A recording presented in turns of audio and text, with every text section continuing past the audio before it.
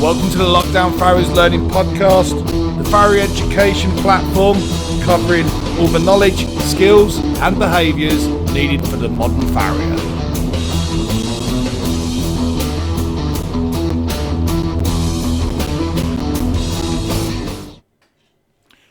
Episode 17. So in this episode we're trying something different.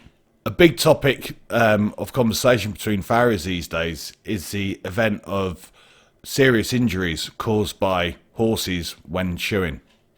None of us went into this industry or job not knowing the risks. Working with any kind of live animal is risky, as I always say, never work with children or animals.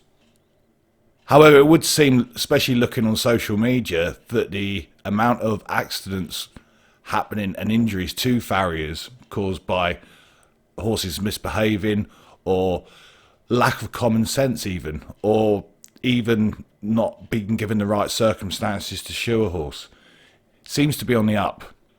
This podcast is a discussion. I got 6 of us together and not all farriers, 2 farriers. Just for a bit of balance, we've got an equine dental technician, a health and safety expert, and Claire Brown from the British Farriers and Blacksmiths Association. Just have a round table, general discussion on experience, where we think things are going wrong, and what we can do to try and change it. Hopefully this podcast will start conversations between farriers horse owners, and horse owners between horse owners, because something needs to change. Hope you enjoy. Obviously, we started this conversation by just going around the Zoom room and just introducing ourselves. Hi, my name's Simon Moore. I've been a farrier for 30 years in Farrier, but no longer am. I currently sit on the FRC Council as the BFBA representative. I'm also a worshipful company of Farriers examiner, and I've been doing that for about 4 or 5 years now. Hi, I'm Jonathan Nunn, a working farrier of 35 years, a farrier examiner for the worshipful company of Farriers, a farrier clinician. I work on some innovations teams, developing new ideas for product advice. As I said, I work in Farrier in Staffordshire. I am an ATF. I currently employ 1 apprentice. Hello, my name is Claire Brown. I currently work for the British Farriers and Blacksmiths Association in a marketing and PR capacity. We are just beginning to look at farrier industries, their incidents, and to raise awareness amongst horse owners with regards to their responsibilities, and hopefully looking to the future educate farriers with regards to how they might avoid these injuries. It's something that has become very apparent in recent years. I don't know whether it's through social media or just because the way that we communicate, these injuries perhaps seem to be becoming more common and perhaps more severe. I am married to a farrier.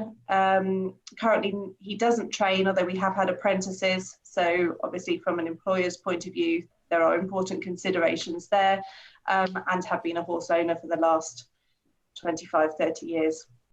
Hi, my name's Jane Patching, and I'm a health, safety and environment manager. I currently work in the renewable energy sector for a power station in Sleaford, but I've just set up my own advice and guidance business, giving out health and safety advice to equine businesses and small businesses as well. So it's not just the equine side. But being a horse owner myself, it's something that really interests me, and there does seem to be a bit of a gap in places for health and safety advice and guidance in this area.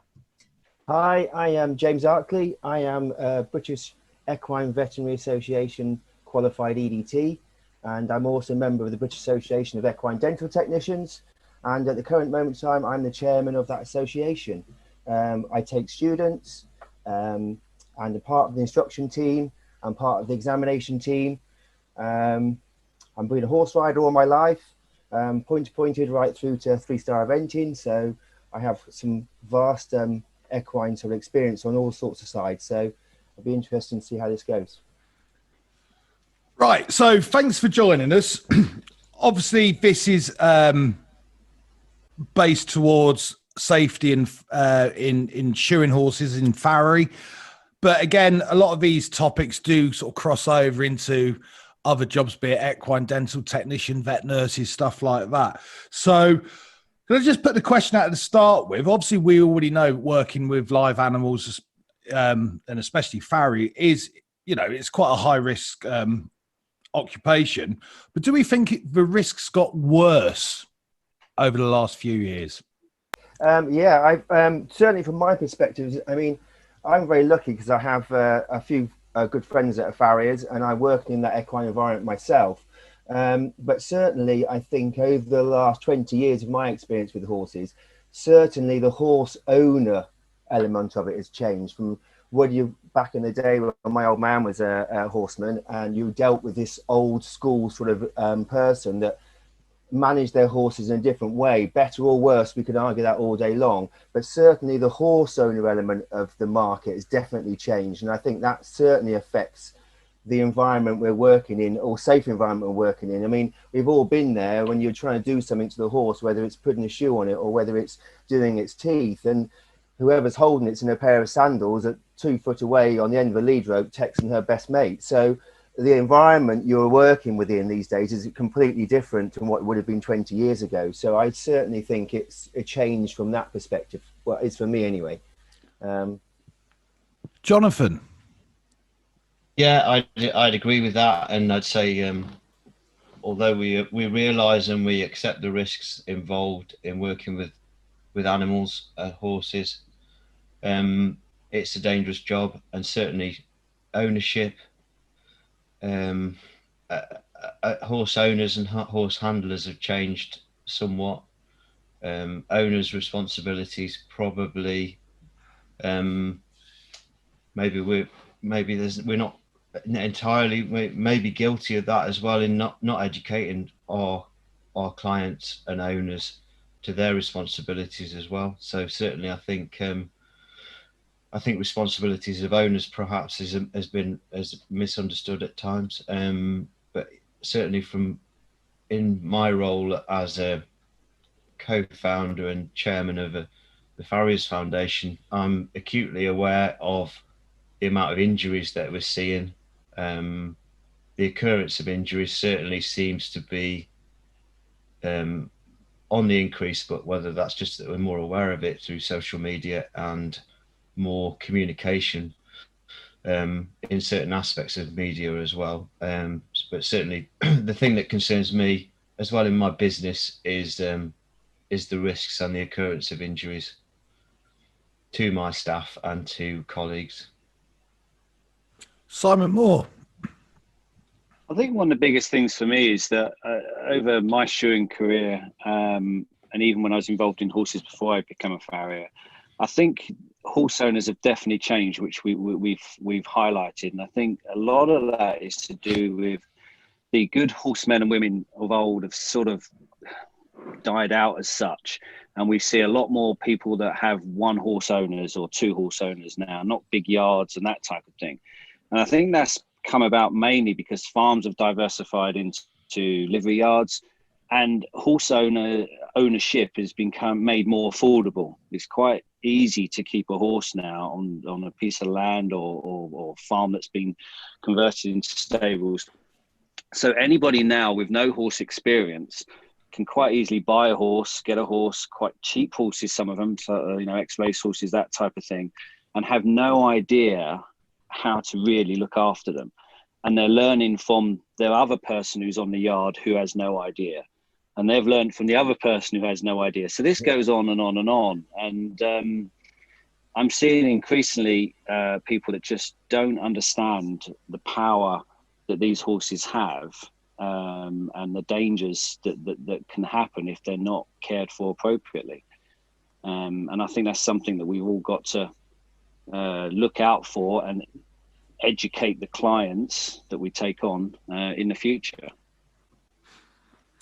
I mean, I totally agree with you. I mean, I did a talk at a local riding club a couple of years ago now, and there was probably about 30 to 60-year-old ladies sat there, all horse owners, and we was doing a talk on the rising case of laminitis. But one of the questions I posed to them, because again, that was all about horse ownership and knowledge and experience. One of the questions I posed to them was, how many people have had horses in the last 10, 15 years, and how many had horses, since they were children and grew up with them? And actually that split the room straight away into half. I posed a question to the more experienced half of, where did you learn how to own a horse before you owned a horse? And they said, like, riding schools, pony club, went to college, all that kind of stuff. And then when I posed the question to the newbie horse owners, they all kind of like frowned and said, well, we kind of learned as we went along. So they actually brought a horse, then decided to learn as things started to go wrong. So again, that's not education, is it? It's like, at least when you start a family, you've got 9 months to at least read a book on how to change a nappy. That's the way I see it. Jane. Hi.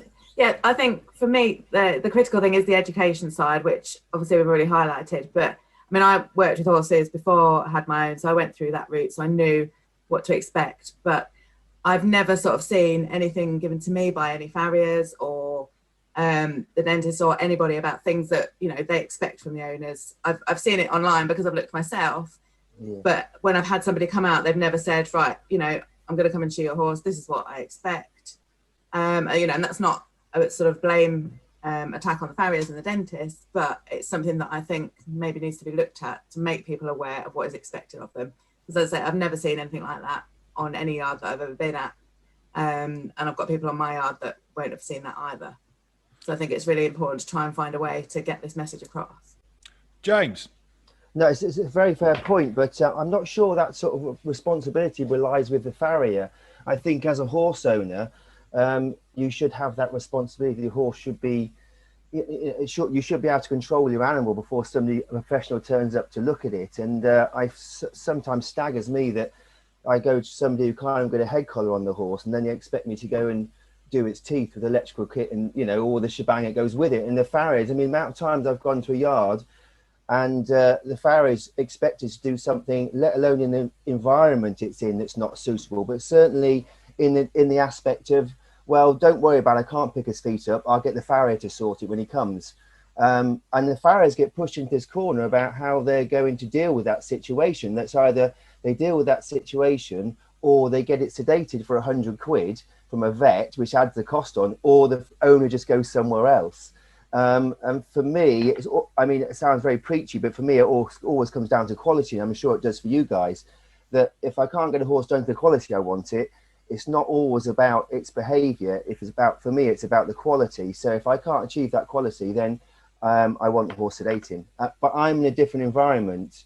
EDTs seem to have already gone over that stephold of what's expected for them to be able to do and not do. So to somebody like an EDT to ask for sedation, it's actually a lot easier. Whereas I don't know whether it's, I'm going to sound really funny here. I don't know whether it's a macho thing with some farriers. They feel that we'll take it on, we can sort it. Yeah, not a problem at all. Or whether it might be the fact they're worried about losing business. You guys will probably be able to open up for a little bit more. But for me, I'm not sure where the education lies. And I certainly don't think it's with the actual professionals myself. Simon Moore.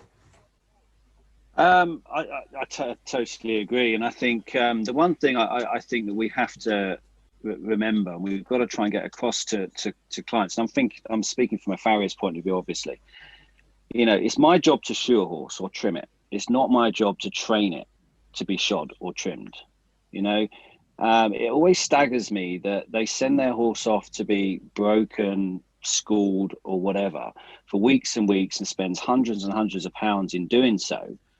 But they get the horse from wherever and expect you to pick his feet up and stick a set of shoes on without any training or education whatsoever. And unfortunately, farriers for years have just done it. We haven't said no, and we need to learn to say, I'm sorry, but that's not acceptable. No, I can't do that, or I won't do that. And forget the macho thing, and forget the thing that we might lose the client to somebody else. That's not the issue. The big issue here for me is it's health and safety first, and we've got to put that before cost, money, or reputation, or whatever. That's what's got to come across. Jonathan. I think they're all fair points, and the emphasis again on education, but also I've discussed this in my business, and Simon mentioned farm livery. And I would say some of the biggest livery yards I go to are farm livery yards. They're full of boxes, they're full of little segmented fields and field shelters, but they have no provision for a safe working area. And I've actually discussed this with one guy on a farm livery yard, and when he was just saying, "Oh, we want you to move around the yard and shoe outside each person's stable," and I said, "Well, the reason that most farriers work in this area because this is what is seen to be the safest area on your yard. There's no tractors coming past, and there's a covered area which is comfortable for the horses to be in." And I think a lot of these big yards have lost their leaders. They don't have leaders. And what I saw 25 to 30 years ago was very strict leadership on disciplined yards, and they had guidance from those livery yard owners, and that's gone in a lot of the farm livery aspects that I see. I still have livery yards which do have strict leadership and guidance and advice comes from the yard owners, but I think there's a lot of lost leaders and also this misunderstanding that it's a farrier's job to train a horse to stand still.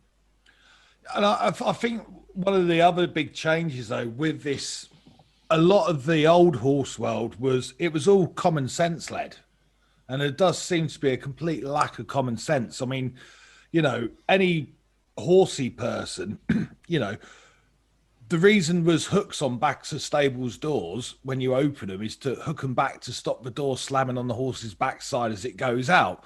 But again, the amount of times I've personally been caught out shoeing outside of stables, and when the person brought the horse out, they didn't put the latch on, the doors swung onto its backside. Next minute I'm laying in a pile of whatever on the floor. So it's just loads of little common sense things. I mean, funny enough, I was at a yard today, sure, and this horse is a very, very old horse, and I know it very, very well. And I had to bite my lip because as I was shoeing it, someone wanted to come past with a wheelbarrow to go and muck their house, because we all know what these yards are like. They're like rabbit warrens, aren't they? Stables everywhere. They wanted to get their wheelbarrow past to muck their horse out, and there was probably about an inch clearance between the fence and the wheelbarrow and the horse, kind of a thing. If I had caught the horse's back end and it was a youngster, again, I would have been on my backside on the floor. But no one ever kind of like thinks of stuff like that. It's a common thing, lack of common sense. Simon. There was an incident in down here in Cornwall a little while ago where an ex-apprentice of mine had his leg broken. And the way it happened, he was clenching a horse's foot up on the foot stand, and the horse had swung round, and another horse had leant over his stable door and sniffed the horse. It then squealed and kicked out and literally snapped his leg.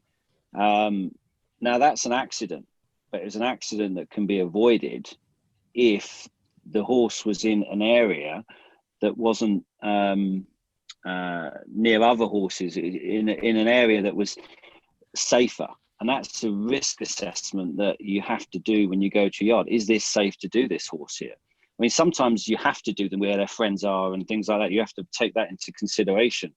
It's not always great to take a horse out of its box and put it over the other side of the yard in the shoeing area, because some of them don't like that, and you have to weigh that up. But I think we as farriers have to make that judgment and that call and try and work in a more safer environment than unfortunately a lot of us do. Just a quick one. I mean, obviously looking around today on online, most farriers will know this, that on the Farriers Registration Council website, there is obviously great detail on sort of farriers' code of conduct, etc. And there is a whole page on there about clients' responsibility for having their horses shod, such as clean, dry, good lighting, non-slip flooring, safe, secure tiring, protection from wind, rain, and bad weather, correctly fitted head collars, and competent assistance available should the farrier need it, which is all very well. And this kind of goes to what Jane was saying about the education. We've got not a lot of horse owners go and thoroughly read the Farriers Registration Council webpage. I mean, it's primarily there for farriers. I think the only time horse owners go on there is if they wish to make a complaint about a farrier. But I think the industry needs to be talking to the Horse and Hound and other sort of like magazine outlets, or actually actively going out there to try and educate horse owners. And it's the same with topics like laminitis and stuff. Trouble is, when the person's farrier's there preaching to them, trying to get them to be better horse owners, it's a bit like when you talk to your children. They don't listen, but they'll listen to someone else. You know, I think that's maybe an avenue we should be looking at. Claire wants to say something at last. No, I think you're ready to probably do my job by the sounds of it. No, you're quite right. It's something that definitely is on my agenda for all the reasons that have already been mentioned.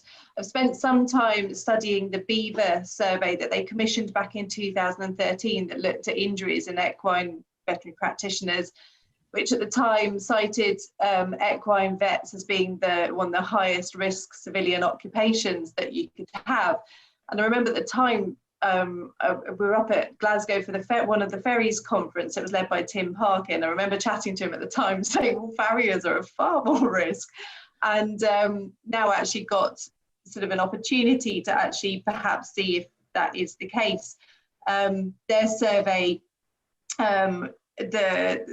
the biggest reason vets were, when they were injured, the reason for being called out was because they were examining foot lameness. Well, you could say that was probably one of the most common reasons for being called out anyway. But of the injuries described, 50% of the injuries was as a result of hind limb kicks. And picking up on a point that was raised earlier about handling and farrier handling, they noted that those within 5 years, the first 5 years of their career, were at greater risk. And so one of the conclusions from the report actually said, you know, better training and education of younger vets earlier on in their careers could help to make them more aware of the risks and, you know, perhaps how to manage them, could actually help. Whereas older vets, you know, what's the reason why the younger vets are perhaps being injured? Is it experience? Is it because they haven't got the communication skills to explain to an owner? Is it because they've got less horse handling experience? All of these apply to farriers and apprentices coming through as well. So it's quite interesting. They highlighted that as one of the main things to look at going forward. Could that not just be down to the fact we always send the young lad to do the dangerous ones? Yes, that was actually noted in the report. Yeah, so you don't have a dog and bark yourself. Yeah, doing the castrations. Yeah, definitely. I Simon. think that's a good point that Claire raised, and the Vet Association have obviously highlighted that education of the younger vets or the vets in training. And with the new Trailblazer that's coming forward, it's now started, but we haven't examined it yet. There is a whole section on behaviours and knowledge, and I think this is an area that the colleges will be teaching, and we will be examining as the company examiners on what would you do in this scenario, what would you do in that scenario. Should, you know, all these type of things of how you behave and how you behave as a professional should come into that, and hopefully the education will come through in years to come on when we should walk away and how we should handle certain situations. Jonathan? I think as I remember, the NFTA, the National Farrier Training Agency, had a concern, you might remember this, Claire or Simon, that during a period of 12 months, 6 trainees, 6 apprentices had suffered head injuries, and there was talk of an inquiry into the occurrence of head injuries, and I think there was an investigation, and that was put down to a lack of horse experience to new trainees. But I would, to reinforce that, I know certainly from our charity's point of view and awareness of injuries, the occurrence of head facial injuries is something that we can't ignore, and I think that's obviously apparent from certainly in the case of Matt Allen, who suffered an extremely traumatic head injury, which he almost died as a result of that. Again, accidental, perhaps, but prevention, whether in some cases we should be wearing head protection or apprentices, that was talked about by the NFTA, but obviously we can't look back on those records. Well, so I want to talk a little bit about PPE in a little bit, but funny enough, what you're saying about younger, inexperienced people, one of the things I've noticed in my time outside of the army training apprentices is one of the questions I always ask a new group starting in their first year of their apprenticeship when I meet them at college is I always go around the room and I ask the question, who rides? Who's got horses? Who's grown up around horses? And yes, our classes are predominantly male, but the one thing you'd always find with most farriers coming into the trade was they'd got a background with horses. They'd competed, they'd done pony club, they knew how to handle a horse. Nowadays, I'm probably seeing 80% of them not having any experience with horses other than the fact that their mother owns a horse and said, that's the job you want to do because you'll earn a lot of money, which we all know, again, is not true. So, yeah, it's just quite an interesting one. Someone had their hand up. And Claire. No, I'd agree with that. We've had apprentices who have had a lot of horse experience. We've also had apprentices with none. They perhaps haven't finished and qualified with us. We also have had an apprentice who didn't have any horse experience, but he had stock experience. And so I think the same sort of principles, and he's actually still works for us, and calm, quiet, firm, but I think Jane will know far more about this than I do, and I find I'm quite relieved in some ways we're not currently training, because I think the way that we're going, it's only a matter of time before we see a case brought potentially against an employer, or perhaps a potential case against a horse owner, if liability can be proven. And as an employer, when you have apprentices, it's your job. The apprentice is your responsibility, and it's for you to evaluate whether that apprentice is competent to be under that horse. And, heaven forbid there's a situation where there is a nasty injury to an apprentice, and, perhaps he or she was found not to have what was deemed to be adequate experience or training, and where that would lead, the potential ATF. I mean, maybe Jane knows more about that than I do, but I find that area quite scary. Yeah, I mean, with having young people working, there is sort of different guidelines for that and different risk assessments, which you're probably aware of if you're employing apprentices and young people anyway. Do the HSE get really involved in this side of things? Because when I've looked on their website before, there doesn't seem to be. They talk about agriculture. Farming is one of the most dangerous industries that there is, but there's not really much about Farriery and the veterinary side. And it's sort of where where some sort of statistics to sort of help raise awareness of some of the issues that you're all facing, because I think that can also help people to understand as well, if they actually see, you know, what these things are actually going on, and that helps to raise awareness and hopefully, you know, make the horse owners more responsible in terms of how they deal with you when you come to visit them. Jonathan. Interesting to note from that, if you employ somebody under the age of 18 who has an accident in the workplace which requires hospital treatment, the hospital or doctors treating it is notifiable, I believe. Yeah, that's right. Yeah, it's notifiable as a RIDDOR. Yeah. So for those people who are actively looking for under 18-year-olds to train, that is something that they need to be very aware of as well, because you know, any accident in the workplace is you know, notifiable if it's an under 18-year-old. Yeah, it's very difficult, and where in places that I've worked before, I've kind of rightly or wrongly gone against taking on some of the younger people because there are so many more risks associated with that and so much more that you have to do. And so they've had to go through very serious interviews, lots of competency tests before they can even be taken on, because otherwise there's, you know, you'll get a small group of people that are just going to come in and be like, oh, I just need a job. Someone's told me I've got to get a job. I'm going to do this, but actually I'm not really interested in it. And then you're opening up a whole risk there, because if they're not wanting to do it, they're not really bothered, they're not paying attention, there's far more risk of an accident coming from that. As a training farrier, I think probably the likelihood of an accident within the first 12 months of somebody embarking on their apprenticeship in Farrier, you know, it's extremely likely that they will get kicked or thrown on the floor or thrown into a wall or cut themselves. Yeah. James.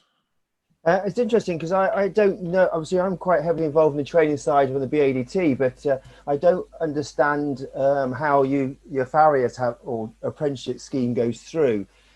For us, the selection of our apprentices is done much more on a personal basis. So if they'll contact the association wanting to be an equine dental technician, and they'll go to various technicians in their area who train, and I know it sounds pretty cruel, but if you don't like that person or the criteria that you set personally doesn't fit that person, then you just say, no, I don't want them to take on. The impression I get from farriers is, and correct me if I'm wrong, they go to farrier school and then they get dished out to various farriers as they need it. Is that by selection process, or is that by your own personal process? No, they have to find an apprenticeship first before they go to farrier school. I think, but what you have kind of, what used to happen was a lot of the time there was a bigger, longer sort of selection process, sort of work experience, trial process, whereas, you know, some apprentices could be on trial for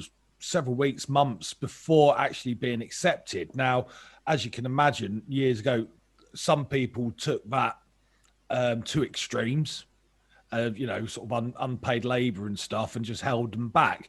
But the modern system, they have a lot less time on trial. So there's a lot of training farriers out there. They get to the point where they need to take someone on, and if there's only two available, they're going to have to make that decision, and neither of them might not be appropriate for their business because of their lack of horse knowledge, etc. But they've got no choice, and they need to fill that gap. So that's something which has been happening quite a bit in the last sort of few years. I don't know if Simon, Jonathan agree with that. Yeah, I'd agree with that. I think the apprenticeship side of things is going to be well covered in the future with the new training standard and system that's coming in. But I think it's the education of the current or older generation of farriers that really needs to be addressed or advised on. Really, I don't know. John could maybe answer this, but you know, people that are getting injured, what sort of age bracket are they in? Are they spread out, or is it a particular? Is it the younger generation, or what really? I mean, as always, you see, as Claire said, I think in the first 5 years, probably, and I look back on my early career, some of the worst accidents I had were in situations that I should have prevented. So again, you get put in a situation, trimming in a field, there's 10 mares in the field, you're trimming brood mares, and now I say, look, let's bring them in. Oh yeah, well, can't you trim them in the field? If you take the time to explain to people why you can't do it in the field, then they understand. But yeah, I think certainly the younger generation, but it's very hard to categorize everything, whether it's accidental or go as far as to say negligence or naivety. I think it's hard to. Perhaps Claire's going to help with that. If we can. It's never been surveyed, I don't think, and I think it's really important to probably start thinking that way. Jane. I think James' hand up first. I just wanted to pose the questions to Farriers. I mean, when you reflect back on your early careers, do you feel that you were under pressure to do those environments like you were talking about, doing brood mares in the middle of fields and so on and so forth? Or did you feel that it was naivety why you did it, or whether it was actually because you just were under pressure? I mean, we all, in our younger days, do things we shouldn't do, but I wonder where you felt the pressure came from, whether it was self-induced or whether it was owner-induced, and I don't know. I think whether it's young or whatever stage in life, when you actually go out there into the farrier world and try to set a business up and you're trying to build around, there is that definite thing where you just don't say no because you want to get the numbers. And I think that is one of the other sort of main reasons why so many younger farriers, because not only are they ending up with the clients that no one else wants, it was always, I know when I first qualified, it was always a standing sort of joke that you were going to get all the kickers, biters and everything else and the non-payers, to start with. But it's funny, without going on about different generations and sort of millennials and stuff like that, I'm kind of getting... I think this younger generation of farriers coming through probably won't put up with it like we once did. I think they're more like to say no than our generation was. That's for sure. Which I think is a good thing. Step in the right direction. Jane, I was just going to ask, what sort of level of health and safety training do the farriers get at the apprentice level? Do they get a big chunk of it, or is it just sort of in with what they're doing? They're just guided by whoever they're working with at the time, or is there a set module sort of thing? Well, when they're at college, there is a whole module.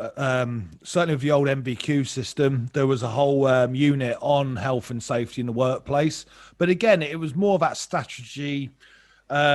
Strategy. I can't say it. I'm going to forget that word.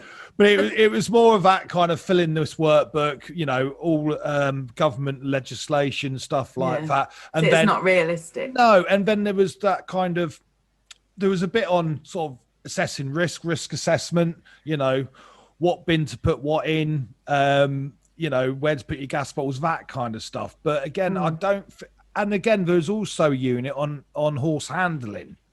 But again, it's one of those things. It's all very well being able to safely handle horses yourself, but when you're underneath it and someone else is stood at the other end, you don't know how experienced they are.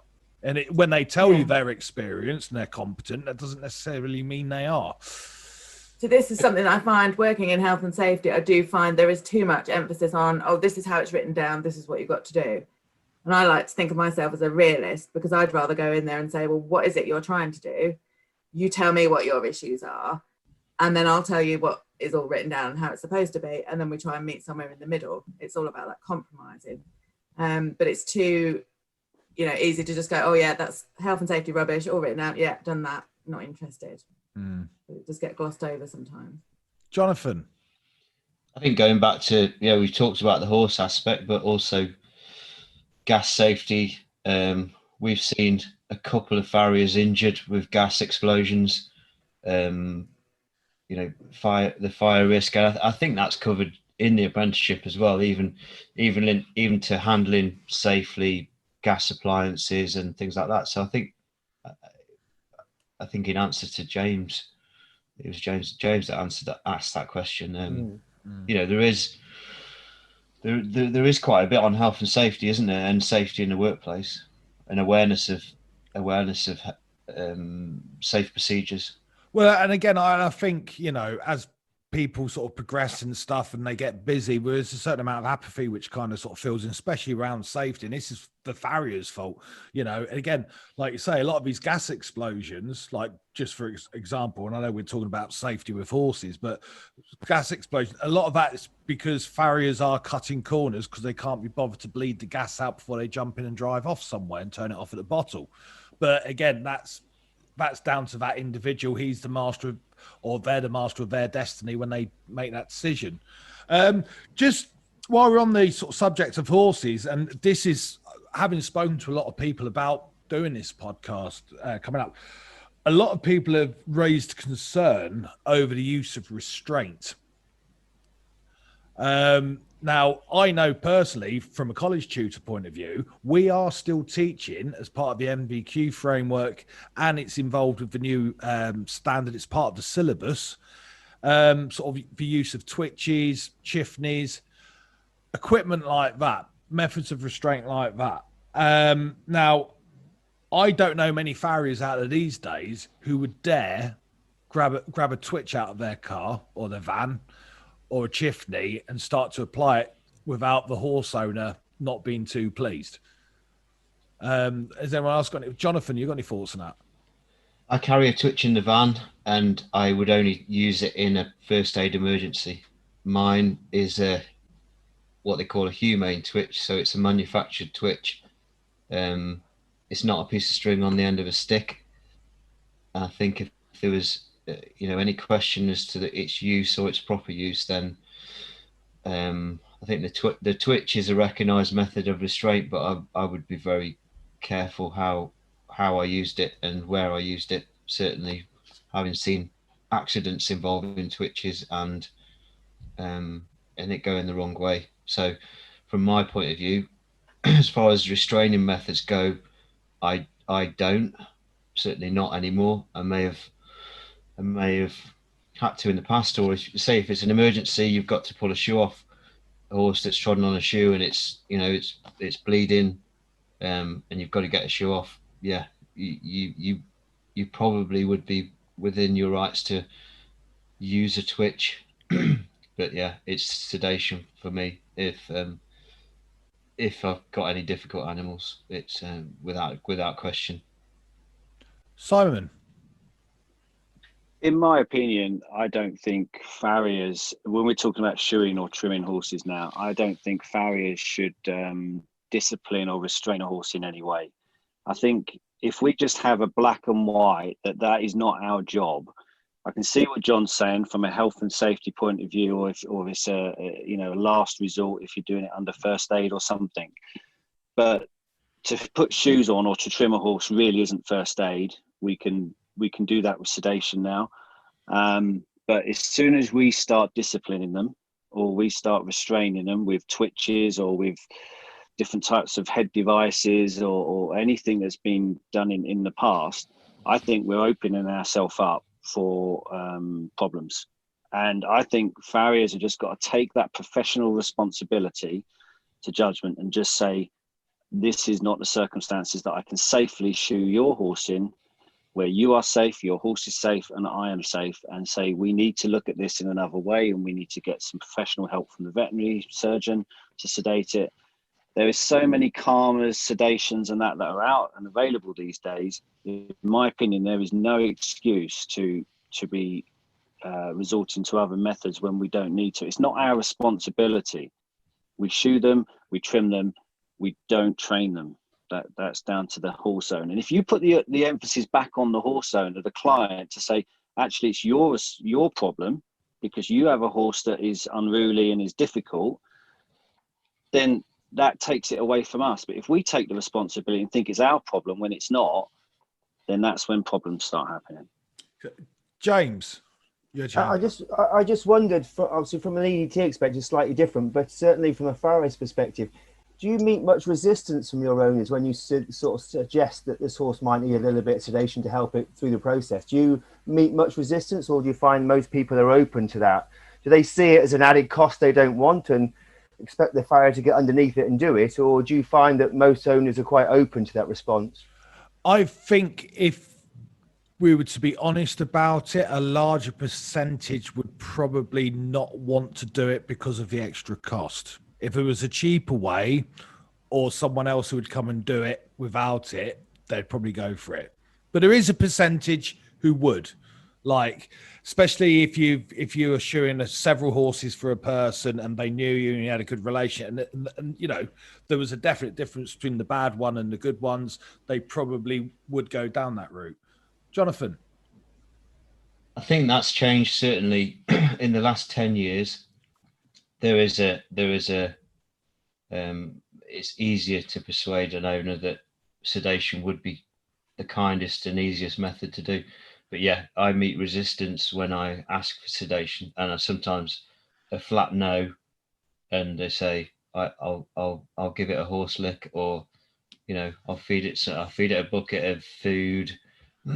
But certainly when you're dealing with foals and youngsters, when you've got to do corrective or remedial work and you say I can't do this without sedation, it's crazy to embark on it. When you get halfway in and you putting the glue on extension on a foal, it's gonna react badly when it feels the heat from the synthetic materials. But I mean, interestingly, Danny, you mentioned the code of conduct.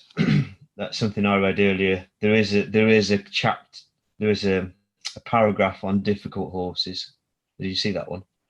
It says farriers are advised not to commence or continue working with an animal if it is felt that the present temperament of the horse or the conditions the horse is kept in are unfavourable to a successful outcome, and or that the health and safety of the farrier or others, including the horse, may be compromised. Yeah. So, yeah, I mean, certainly if I meet resistance from an owner, and I have had to come to a decision where I said, well, I'm sorry, but I'm not the right man to continue with this.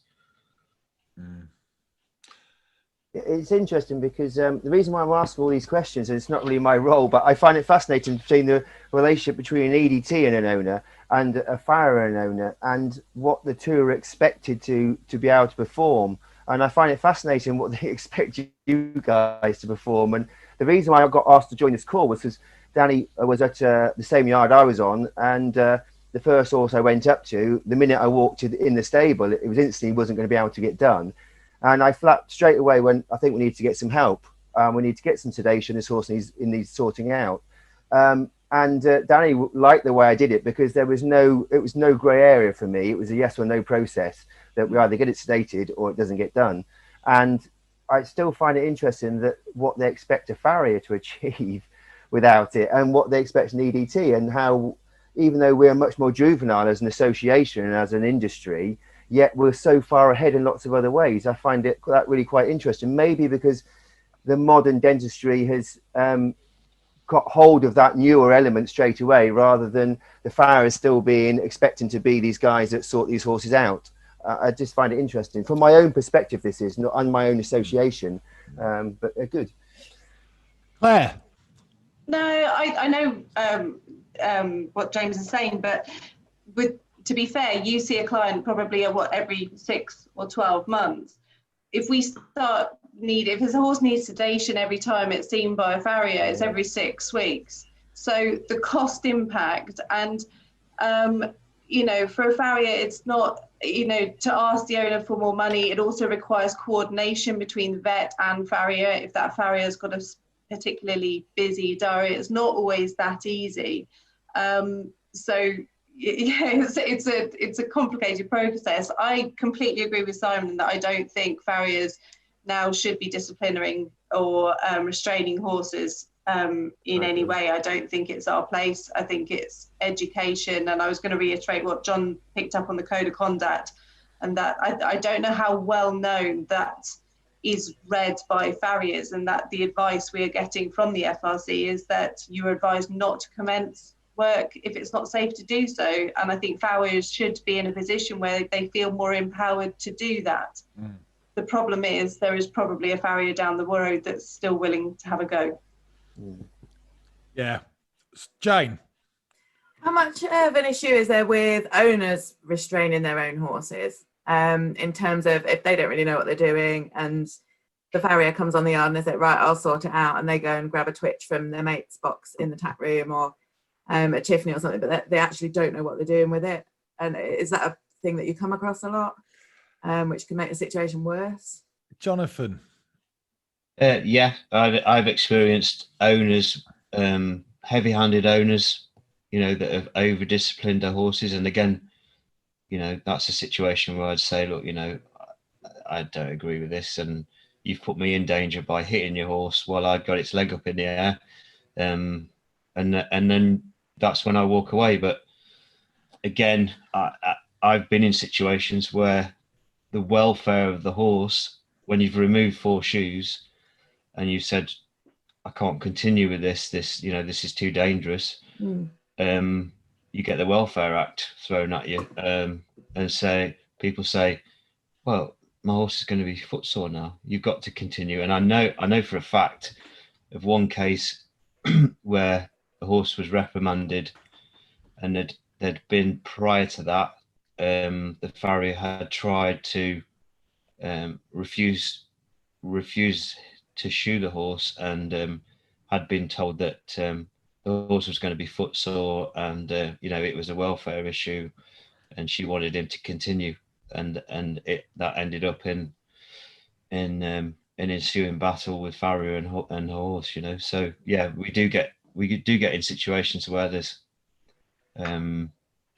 owner's intervention, which also creates a danger. Simon?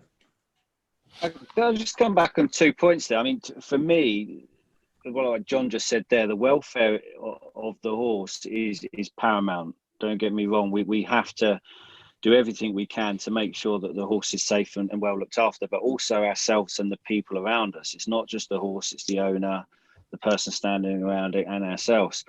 And if you take 4 shoes off and you don't put those 4 shoes back on, that's not a welfare issue. That's a behavior issue that the client can quite easily rectify and remedy by getting another professional in to help you sedate the horse and do it. Might not be that day, it'll be a few days later, but I don't think that we can use it that at that point there's a welfare issue to be done.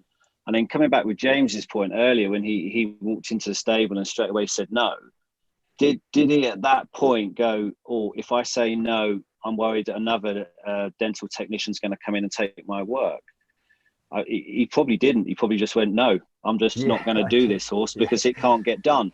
And until farriers start having that mentality and not worry about the next person coming around the corner, which is a possibility, because I'm afraid there is always someone who wants to sort of be the man that does it. But if we all start doing that and putting like I said earlier, the emphasis back on the owner, it's their problem, not ours. It really isn't our problem if we can't shoe a horse. And then the whole cost issue comes back. Yes, it's expensive shoeing a horse, sedating it every 6 weeks. But again, if the owner's got to pay that and we say, well, we're not prepared to do it unless you do, they will then work on that horse in the meantime and hopefully get it shoeable or trimmable. But if we just keep coming in and wrestling with it and getting it done, what incentive is it to that owner to get that horse worked on, or get another professional in to teach it how to be shod? There's a farrier that I used to know that actually used to advertise the fact that he would train the horse to be shod, but he wouldn't shoe it. And he'd go out and he would train it to be shod and charge them accordingly, and then go back when it's ready to be shod. A bit like when you're breaking a horse. And I always thought that's actually a good thing to do. Yes, we can do that because we know how to pick the feet up and how to desensitize them. But we can't be doing that when we're supposed to be putting a set of shoes on or a trim, because that's not in the time scale that we've allocated. come back another time and offer that service if you want to do that. I say, just sort of moving on. One thing I've been doing lately is I started listening to the Horse and Hound podcast. Not my normal kind of podcast, but I thought I'd give it a go. And interesting, the last few episodes, the guy who's done a very small talk at the end of each one is equine behaviouralist based down south somewhere. I believe he's from Australia. I can't remember the guy's name. And obviously he gets sent a lot of horses for either backing, breaking, where it's gone wrong in the past, or just horses with severe behavioural problems. And he said, and he stated, pretty much 98% of all the horses he deals with have been ruined because their owner has treated them like a child. Now, there's a lot of, children are not sort of like fight and flight sort of prey animals, are they? A bit more civilized than that, whereas a horse is. And and again, we were jokingly talking about sort of like being overweight and stuff and comparing children to horses, but treating them like humans is not the way forward, because they're not human. And I do think, as farriers, we've all been there where we've been hanging on for dear life, being swung around by the back end of a horse, and the owner's kind of whispering sweet nothings into its ears and telling them what a good boy they are, and they're not, and it's sending out the wrong signals. John, is your hand up? Yeah, I think that's an important point. And again, in my quite a few years of experience, I think the type of sport horses that we see now, certainly in the last 20 years, the introduction of warm bloods as leisure horses, so our sport horses are changing as well. We're seeing more sport horses, but also I think heavy horses and cobs. I remember years ago, I think it was Roger Clark, we had a discussion about horse behaviours and heavy horses, and he pointed out that the training of a heavy horse was very important at a young age, and if a heavy horse got to 5 or 6 years old and realised its strength, then you've got a big problem.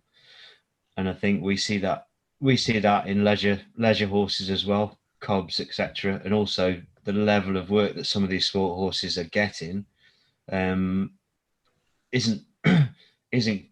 isn't correct for that kind of type of horse. They're not occupied, they're not worked correctly often, they don't get enough work, and like you say, they're treated like pet.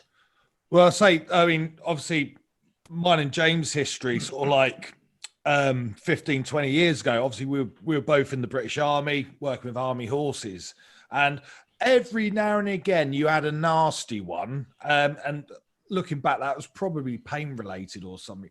But one thing I'll say about all the army horses I ever got to work with, they all were impeccably mannered, because they were treated like working horses, plus they got the work as well, and they were backed and braked, they were trained correctly, and the only problems we tended to get really was with some of the other horses, and that was probably later on in their careers, where they were starting to get slight hock problems and stuff and didn't like concussion when nailing on. But majority of the horses were, they were good as gold. You could do anything with them, but they were not treated like children, I think is what I'm trying to say, But, and I say, when I left the army and started to be exposed to this, I found it quite shocking, the difference,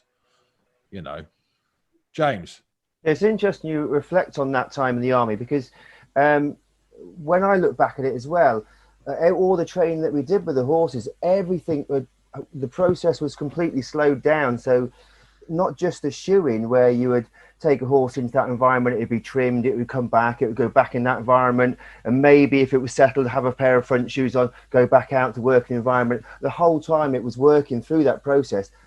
It was a lovely filtered process, whether that would be clipping or shoeing or breaking, the process was the same. And I don't know, again, we just keep coming back to the same point with these discussions. Whichever element we talk about, it seems to come back to the horse owner, of the modern horse owner, not really knowing what they're doing. and expecting professionals to do things out of their realm of what they should be doing. That's, you know, I look at it now and I look back at my mum's era and with our yards and what we'd expect from our farriers there. We'd never expect a farrier to work on its own. The horse would always be held by somebody competent, whether it was my mum or my dad or one of the yard girls. And when you start looking at it like that, you sort of see how far it's come. And then we dotted very quickly onto the modern horse there and the sport horse. And I see so many horse owners now that are over-horsed with their horses and haven't got a clue how to deal with them. And yet you're putting people in this environment, whether it's a vet, a farrier, or an EDT, which is why I found this discussion really interesting, because we have focused on the farrier side of things, but there's the crossover into my side and into the veterinary side it's completely parallel. I can't see there being any difference at all. I find that we come back to the same point where it seems to be heading towards owner responsibility. And I think Jane touched on that earlier when she said, I think you're right in what you're saying, owners, but how do we educate them? And that's maybe what the discussion that should be going forward is. We're all in agreement here, but how do you educate the next step for you guys? I don't know. Jonathan? I think going back to the code of conduct again, there is a paragraph which states that farriers should not be expected to attend horses without an owner present. And again, we seem to be encouraged, certainly at times as they are with COVID and safe practicing with COVID. Again, I see farriers stating, you know, it's okay for you not to be there. I'll get the horse out. I'll shoe the horse. You know, you don't need to be there. And I get that, but you know, we need to consider whether we're doing the right thing in that way. What I would say on that, I think that's some people. I mean, let's face it. I mean, you can, unless the horse is particularly fractious, you know, you can maintain a 2 meter distance, safe distance from the horse. And okay, if your horse owner's got pre-existing medical problems, having to sort of isolate or safeguard themselves or shield, then that's a fair one. But funny enough, I've done over the last couple of weeks, I've put a few polls out on social media at horse owners and farriers alike. And one of the polls I put out to farriers, I mean, I know personally, and although I do slip up every now and again, because I've known the horse for 15 years and, you know, it's dead from the neck down anyway. I've always refused to shoe horses unless the client or a representative competent handler is present. They don't have to stand by its head, but just in case. More to the point, if something goes wrong my end or I cut through or, you know, so that can be dealt with and explained. But I put this poll out about farriers and saying basically, you know, percentage of farriers who refuse to work on their own with no one there. 34 said, yes, they refuse. 66% all said that they're quite happy to go and shoe horses when there's no horse owner or representative there, which I thought was quite an interesting statistic. Simon Moore. Yeah, I think that is quite, sometimes we say things and actually don't do it. You know, we all come up with, oh, we should do this and do that. And I think it's a fair point to say, where do we go from here? Where do we move on? And how do we educate the clients? One thing I did, I used to do a college down here a little while ago. And every September when the horses came in, you have 30, 40 new horses come in from different owners. You have no idea what these horses are or how well behaved they are. And then you start shoeing them and you realize there's some in there that aren't very good. So I then got to the point where I got so fed up with this that I was told that they were good and then you'd start doing them and they're not, that I actually devised a form. And every September when they come in, the owner had to fill in this form, who their previous farrier was, you know, some details of it. But mainly it was to say, is this horse good to shoe or not? Now, if they put on the form that, yes, it is, and it clearly isn't, then I've got something to go back at them if we have an issue. And I do wonder if we should have something similar, that when you go to a yard, that you fill a form in and you ask the clients these questions, especially new horses. And also, we have a terms of business. Farriers are in the driving seat by saying, these are my terms of business. I want, not just how you get paid, but I want a horse that is in a clean, dry, presented area, that is good to shoe, that someone stand at their head, etc., etc. we are the masters of our own destiny. In effect, we can set the rules if we want to, but unfortunately we don't. And I'm just as guilty of that. I've been doing it for 30 years, and that's the only yard I ever went to where I actually had a form to fill in before I started and commenced work. And I would advise everyone to do that. Jane? Yeah, I was just going to agree with what Simon was saying then. Because, for example, when I've had the equine physio out, they've come out, they go through a history of your horse, they write things down. You know, and it shouldn't be any different for the farriers. And personally, I just can't believe that you guys just seem to get forgotten all the time. And it's just, you know, yeah, you're just going to turn up and chew the horses. I wouldn't expect a farrier to come and loan work and shoe my horse, because I just don't think that's appropriate. I don't necessarily need to hold it, but I should be there with it because that is my responsibility. And I would have no problem in signing some sort of agreement with my farrier. I sign a disclaimer if I want to go and do some dangerous sports or something. You know, it's the same kind of thing. I would have no issue with signing something to say, this is what my horse does. You know, this is what we need to do. I'm prepared to do this. I think it's important. I think something like that should be in place. Yeah, and it's funny that this has come up because, again, in conversation with James when I saw him the other day, looking at correlations between equine dental technicians and farriers, the one thing, having known James and watched him work a lot, you know, one thing I noticed with a lot of equine dental technicians, yes, they're doing the client a lot less than we are in a year, but when they turn up, they're recording records, obviously on the teeth, filling out paperwork and writing sort of detailed profiles down on the horse. It's the one thing us farriers, and time and time again, lots of different software have come out to try and help farriers managing their businesses, putting down data about the horse, videos, nice videos of it walking up and down that. But again, your average farrier doesn't get out of his van with a clipboard and start writing stuff down and checking this stuff. And maybe that's, you know, especially with the Trailblazer and the new apprenticeship standard, maybe that's something we should be driving home, that farriers need to be a bit more accountable and actually write this stuff down and maybe sign sort of disclaimers from horse owners and stuff before commencing work. James? It's interesting because we talked about having your code of conduct.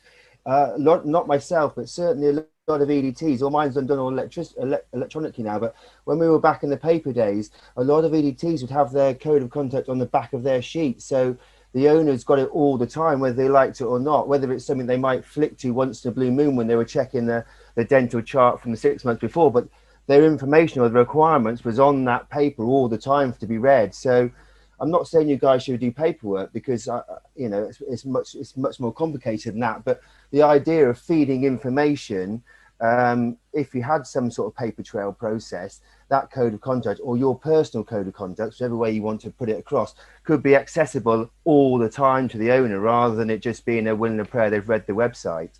That is interesting.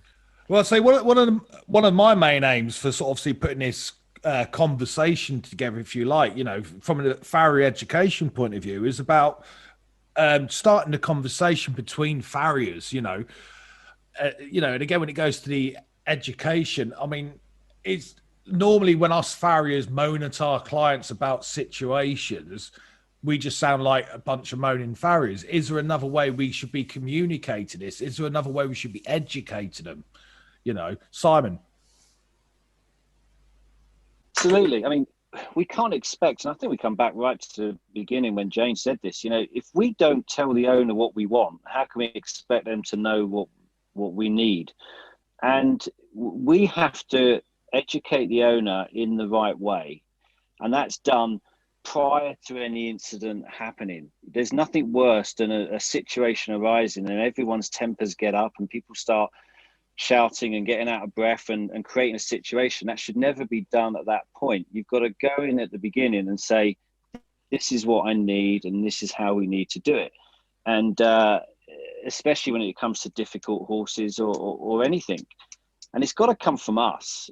We need to educate the clients, and we also need to educate ourselves and step back from situations and not do stuff that shouldn't be done. And until we do that, you can't expect a client to do their side of it, because they're like, well, why do I need to do that? You've always shot it. What's the problem? And you've got to say, well, actually, there is a problem. I've put up with it for years, or put up with it for months, but it's not getting any better. We need to do something about this. Jane? I was just going to say, in terms of getting the education across, you know, by what sort of methods, social media, there's popular magazines that people tend to read. And I think when I've sort of looked in those publications myself, I've seen things about farriers where they're talking about remedial shoeing, or they might be talking about laminitis, you know, they're talking about those kind of things, but they're never actually talking about actually some of the issues that they're really facing. And I think there's got to be an opportunity there to get that. I mean, Claire, that's your area. So. It's on the to-do list, yeah, definitely. Sorry, Claire, go on. No, I completely agree with what Simon's saying, and pre-warned is pre-armed, and at least, you know, it requires honesty on both sides. If you're going into a situation, at least you can go into it with your eyes open.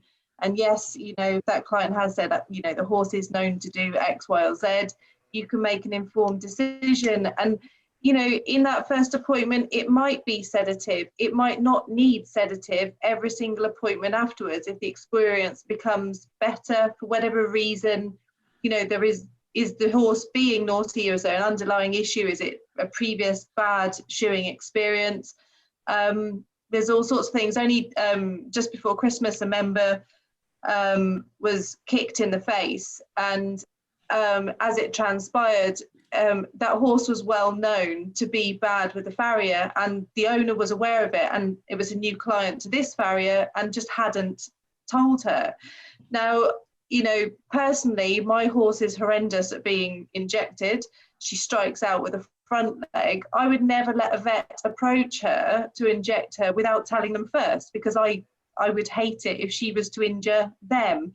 So it requires honesty, and then you do what you can to minimize any risks that might be there.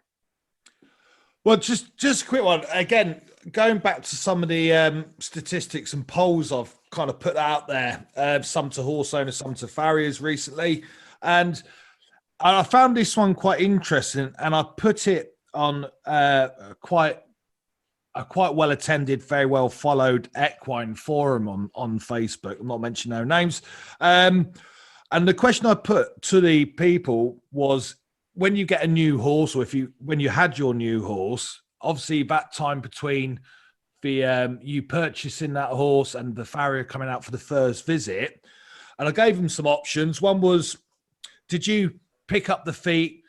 If the horse did resist, did you kind of like pick it up for longer periods of time? Try and train the horse to make it the best behavior you could for that farrier turning up, which, let's face it, would be the ideal thing in the world. Well, 86% of the people, and quite, you know, there was like nearly 1,000 people voting, all said that they were textbook perfect owners, and that's what they did. And only 1% of the people voting said, let the farrier find out, it's their job. Which, but on putting that into balance, when I put a poll out to farriers, so any farriers what had either attained an injury or a near miss from a dangerous horse, obviously with a reputation of being a dangerous horse, 57% of the horse owners knew about it and they just didn't tell you. 27% were injured due to other people in and around that horse doing stupid stuff whilst carrying out farriery, and 16% actually just, they knew the horse was dangerous and they just got under it regardless. So take what you want from them statistics and percentages, but they certainly don't correlate. Jonathan? We've had a couple of discussions at work with both clients and other farriers about this subject, and we talked about biting horses, which we've all come across, and some of them quite dangerous. And somebody brought up the point and said, sorry, Jonathan, can I just stop you there? They're not bites, they're kisses. Yeah, not farriers biting horses, by the way. I should. I mean, horses biting farriers. But some I've had some quite serious bites from horses, and I've seen some horrific, and you wouldn't believe what the power in a horse's teeth and how they could. Well, obviously James will probably will know, but you meet a dangerous horse, and somebody said, if that was a dog, it would be a dangerous animal. It would be classed as a dangerous animal. So where's the division between something being classified as a known dangerous animal? You know, if it, I don't know. I'm just putting that question to everyone else. You know, if we face a horse which is a known biter, you know, is somebody liable for that? Or somebody's responsible for knowing that that horse has bitten 3 people previously? Or I'm just putting that question to the panel, really. Yeah, I think you're right, John. I mean, it's going to come at some point. There will be some sort of court case come about where someone gets kicked, bitten, injured in some way, and there's a history of this horse. And that's where, if we've got a record ourselves that that client has said that it is good to do, and it turns out that it's not, then we've got something to come back at them. Otherwise, it's just them saying, well, actually, I told you it kicks, and it's your word against theirs, which becomes a bit muddled. And I do think that we need to take a lead from the dental associations and the vets and the chiropractors and the massage people, everybody who comes out to see the horses, and start getting some paperwork together to basically cover our backs and have a record of what's going on. We are terrible at it, and me too. I'm not, you know, I'm one of the ones who doesn't do it as well. But if I could start again and get myself in that habit, and this maybe comes down to education at the beginning at college, where these systems are put in place and this is the norm. You come out and you spend an extra 15, 20 minutes on your first appointment taking down information that's necessary. You don't have to do it every visit, but you do it at the first initial visit, and you've got a record. Because I just think there's huge problems, and we can fix them ourselves if we do the right things at the right time.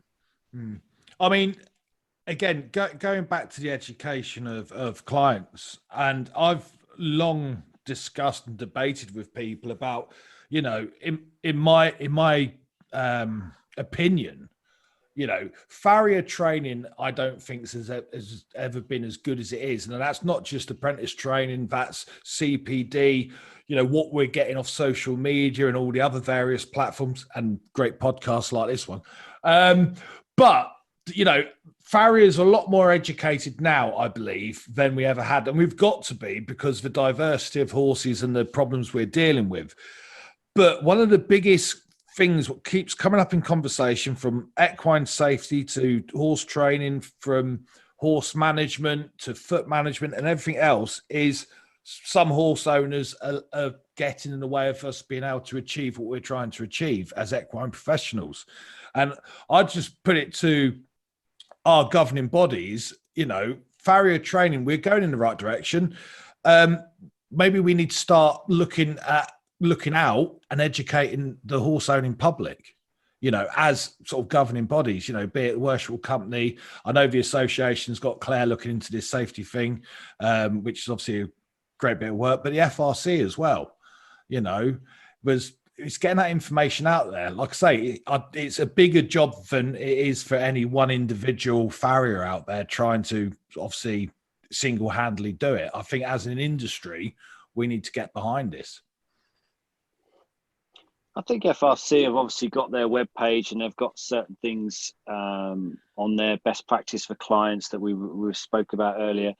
So there's stuff for them to go and find, but I think you're quite right. Maybe when we hopefully can get back to doing face-to-face and live things again, like Your Horse and that type of thing, that we can definitely highlight this on the FRC or the WCF stands that we have there, and not just show them what shoeing is and what a shoe is and what's, you know, inside a horse's foot and that sort of thing, but actually the other side of it as well. Yeah, I think that's the most important part. That could be coordinated. Yeah, definitely. Is anyone else? James?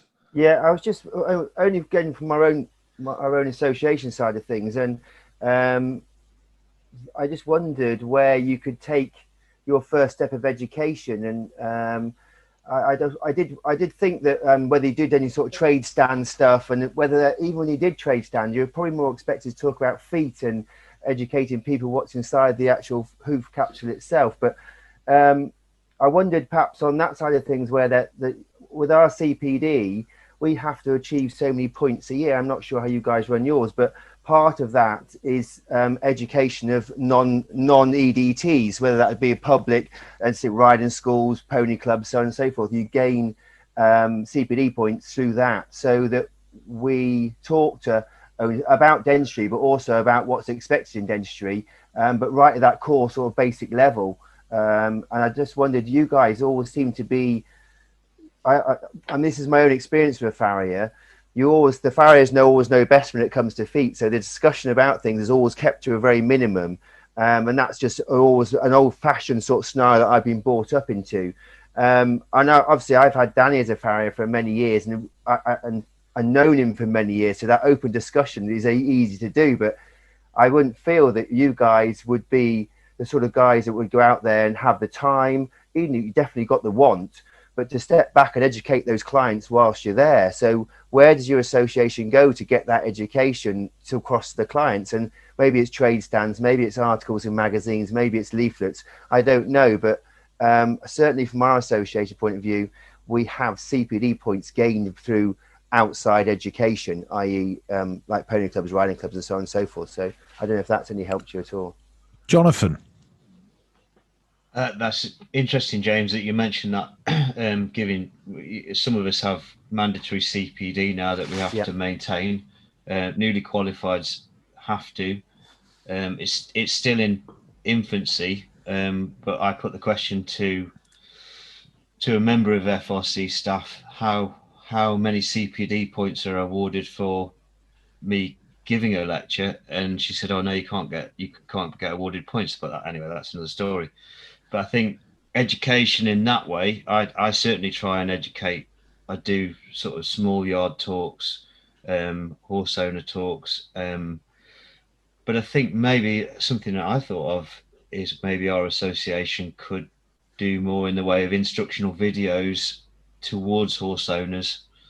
So, maybe Facebook, something along those lines where a farrier talks about preparation of your horse, training of your horse, how to train your horse to pick its feet up.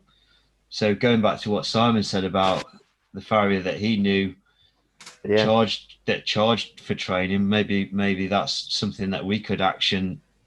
Our association could do more in that way, is towards instructional videos of training horses and preparing for the farrier. Simon, sorry, carry on, John. Sorry. No, it's just... Simon, go on. Absolutely. I mean, the best education has got to come from the farrier that's going to be face to face with the client. But the farrier needs educating first, because you need to be able to pass that information on. So if we are educated in the right way and we are doing things correctly, then it's very easy to tell the owner what you need and what you require and the reasons why. And I think most owners will accept that if it's put in the right way. I've never ever seen an owner refuse to have their horse sedated for dentistry work, whether it's an equine dentist or a vet doing it. It's just done. There is no question, because it's explained and there is no compromise. And we need to be doing the same thing with horse owners. And it's not just difficult and sedation. I think it's everything. We need to say, look, I really can't trim your foal in a field. One, it's dangerous, and two, I can't do my job correctly because I can't see its feet and I'm getting pulled around and etc. But we need to educate farriers first, to then educate the clients as we go around, and then I think it's a big circle that works together. Jane. Following on from the farriers, it's something that the yard owners also, if somebody's running a delivery business, should they take some responsibility for educating their clients as well? Because if they have somebody that's just gone and fancies buying a horse, no experience, bought a horse, taken it to the livery yard, you know, is it something that they could be involved in making them aware, you know, these are the professionals that come onto our yard, this is what they expect, you need to understand this if you're going to be a horse owner. Just a thought. I think that's something where pony club or adult camp and things like that, you know, I know I was asked to go to demonstrate how to remove a shoe to either pony club camps. We've done a few of those, and also adult camp, you know, sort of, so owners have an understanding of how to remove a shoe, but certainly, you know, something along those lines. Yeah. And I think that is a way of reaching out to more people in that way. Yeah. I mean, that's, and again, that 9 times out of 10 as a farrier, when you go and get asked to go and do a talk, let's face it, what we tend to do is sort of like go and showboat sort of like the more intricate parts of farriers, which are not really relevant to the horse owner as such, that they might have a horse with that condition, but they're not going to go and shoe it. They're not going to try and fix the problems, but we're very good at trying to sort of portray that kind of side of it, you know, or we end up talking about laminitis. But again, when we talk about laminitis, we talk about how to fix it, not how to prevent it. And I think that's, you know, I think, as I always say, prevention is better than a cure. And I think that's the same with the whole safety issue. You know, if we can get them to sort of prevent these situations from occurring, then I think we're on to a winner. Claire, are you going to say something? No, I actually only knew about this podcast a couple of days away, so this has snowballed for me very quickly. I had very, very early conversations this morning with the Horse Trust, who signalled that they would be interested in getting on board should we launch a campaign. The areas that James said and Simon said, I think it's all of those. There are all sorts of ways in which we can reach owners, hopefully educate them, farriers, both on educate them from handling horses themselves, and also how to communicate with your owners and put your point across and what they need to consider.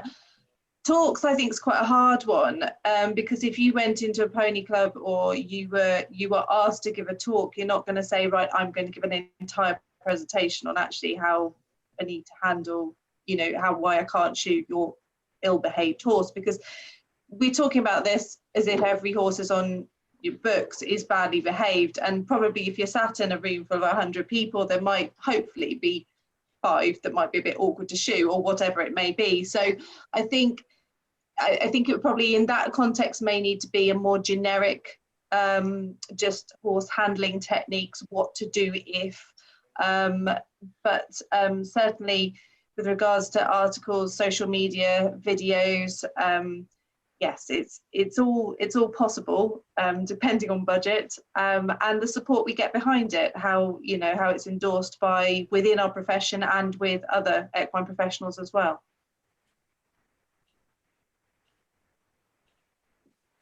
Just to go back to the talks quickly, I don't think the farriers should be. I think when you go to a riding club or a pony club, they want to hear about the interesting things. And when I give a talk, they want to see dental extractions and fillings and so on and so. They don't want to see, oh, I want to make sure your horse stands really quiet for me in a clean environment. But I think it's part of every lecture that should be given, or every owner, riding club, pony club process.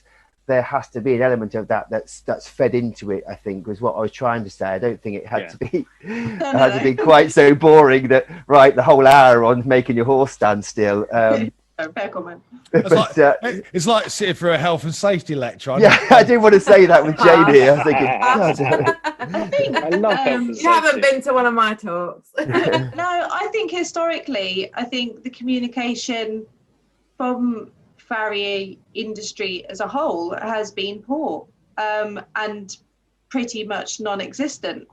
It's kind of how I've got into this job. My qualification is PR and I'm married to a farrier, so that's kind of why I'm doing this. But I think that would be fair to say that, and that doesn't just mean with regards to horse handling or behaviour. I think that could be applied across many different subjects.